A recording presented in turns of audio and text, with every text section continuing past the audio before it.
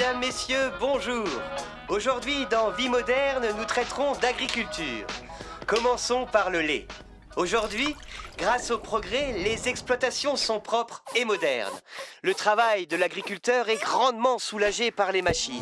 L'automatisation des tâches induit un important gain de productivité. Les vaches sont élevées hors sol. Elles reçoivent une alimentation contrôlée et adaptée aux besoins de production.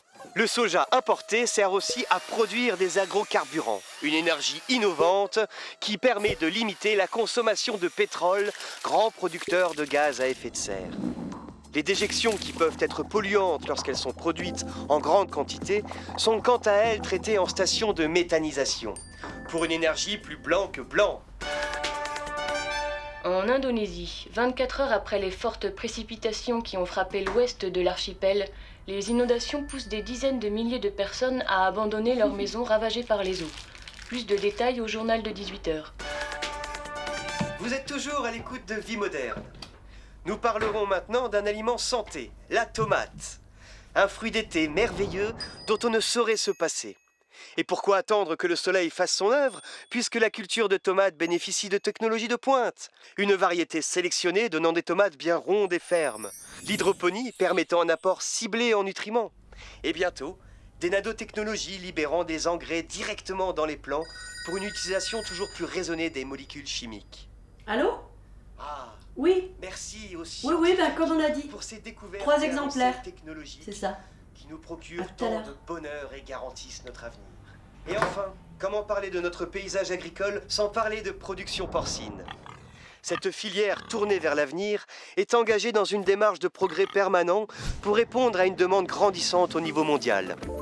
En amont comme en aval du processus de production, les savoir-faire et les techniques s'affinent sans cesse et se modernisent. Prenons l'exemple de l'alimentation. Les OGM produits en amont de la filière nous promettent de belles récoltes, et ce, même en cas de sécheresse. L'agriculture profite des grandes avancées scientifiques qui traversent notre monde. Merci d'avoir été à l'écoute de Vie moderne, qui aujourd'hui traitait d'une agriculture climato-intelligente au service de l'humanité.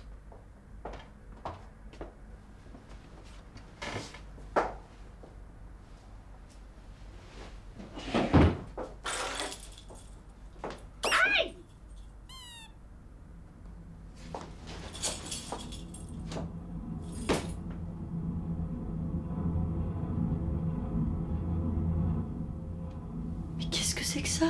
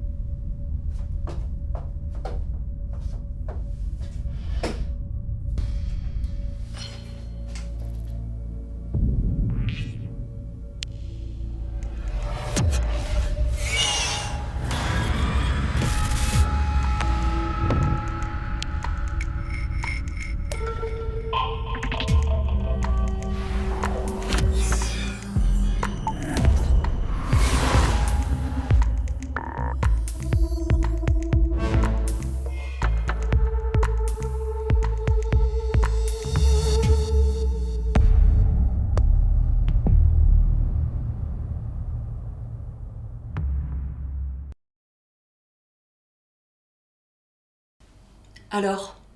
Ok, je vais t'expliquer les fausses solutions qu'il y a derrière tout ça. Commençons par le lait. Pour faire simple, disons que l'industrialisation a transformé la vache en une machine à lait. Les paysans et paysannes sont tellement mis en concurrence à l'échelle mondiale qu'ils sont pris dans une course effrénée à la productivité. Et pour produire toujours plus et toujours moins cher, eh bien l'animal est assimilé à du minerai. Les vaches ne sortent jamais et mangent notamment du soja génétiquement modifié. Cultivé à l'autre bout du monde au détriment des populations locales et des forêts primaires, il est responsable d'une perte de biodiversité considérable. Le cas des OGM et des agrocarburants, présentés comme des solutions pour faire face au dérèglement climatique, est à regarder de plus près. C'est une poignée de multinationales qui maîtrisent ces filières. Et les paysans et les paysannes pris dans ce système sont malheureusement toujours plus dépendants de leurs banques et de leurs fournisseurs. Et oui, il y a de quoi avoir des bouffées de chaleur. Je te laisse te mettre à l'aise avant de poursuivre.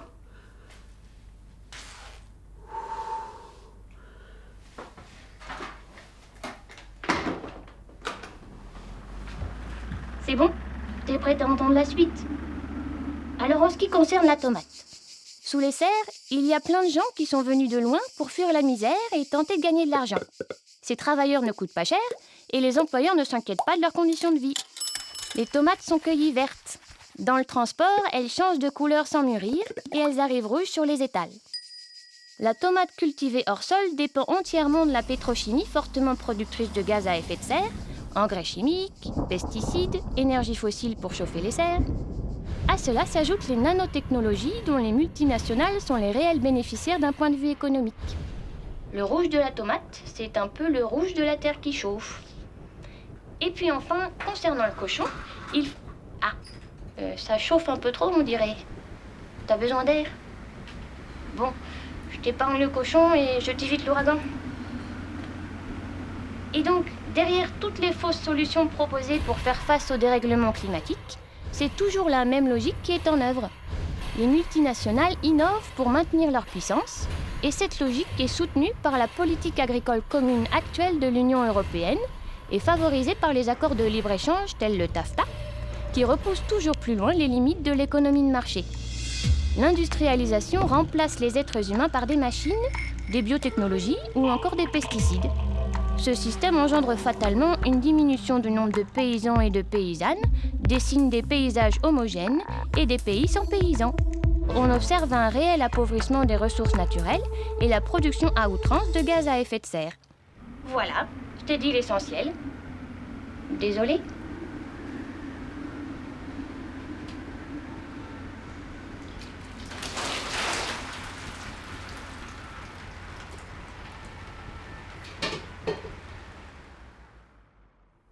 Allô Rebecca? Oui, écoute, je t'expliquerai plus tard, mais là je vais pas pouvoir venir. Non, mais j'ai un truc important à faire. Je t'expliquerai.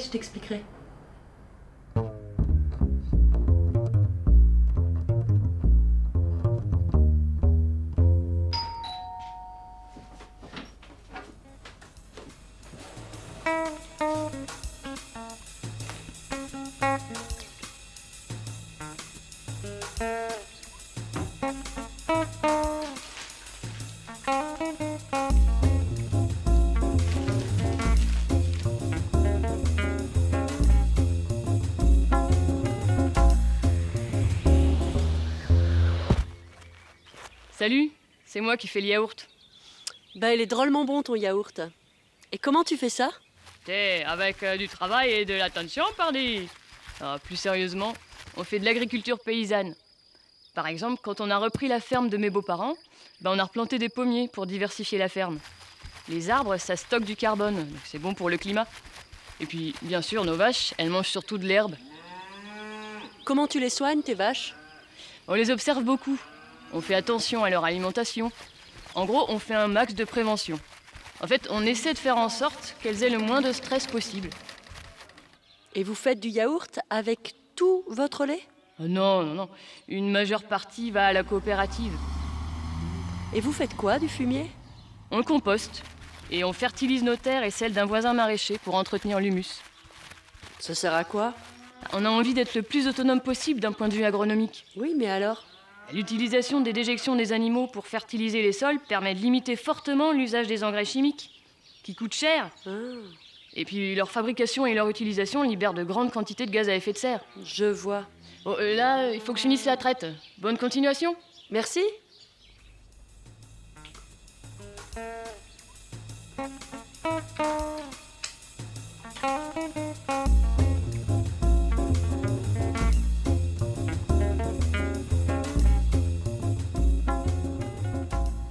Alors, mes légumes, ils respirent la santé, pas vrai? Ah ça, ils sont pas en plastique ceux-là. C'est un grand potager que t'as là. Du coup, je me demandais, t'es comme tout le monde, t'es confronté aux maladies et aux parasites. Tu fais comment? C'est un ensemble, ça. En cas de problème, on pratique la lutte biologique où on utilise des traitements sans produits de synthèse. Surtout, on fait beaucoup de prévention. Ah, comment? Par exemple, on a planté des haies pour avoir des oiseaux et toutes sortes d'insectes. On travaille le sol de sorte à ce qu'il soit vivant. Le maintien d'une biodiversité riche nous permet de mieux lutter contre le parasitisme. Et comme ça, on limite l'usage des pesticides. Ça a l'air riche comme métier. Il en faut des savoir-faire. Tiens, bah, je te présente Ludo, mon associé depuis 3 ans. Quand il est arrivé, on a mis en place un petit élevage de brebis. Comme ça, on a continué à diversifier notre production. Tu l'appelles comment, ton agriculture? Ah, nous, ici, on pratique l'agriculture paysanne. Et je t'ai pas parlé de mes cochons qui se régalent des restes. Eh tiens, prends ça. Merci. Salut. Salut.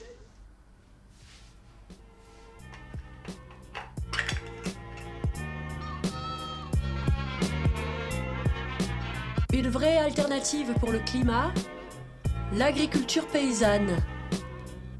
Travail avec la nature, qualité, répartition, développement local, transmissibilité, autonomie. Une agriculture à taille humaine qui se donne le double objectif de préserver le milieu naturel et d'en utiliser les fonctionnalités. Stockage du carbone dans l'humus, les prairies et les arbres, limitation des transports. Une agriculture qui prend soin de la ressource en eau, créatrice d'emplois. Pour changer de système, réorientons les aides de la politique agricole commune vers des systèmes paysans plus économes et durables. Des systèmes où les produits de qualité sont vendus au niveau local à des prix abordables à toutes et à tous. Pour faire face aux enjeux de justice climatique et sociale, agissons pour la souveraineté alimentaire.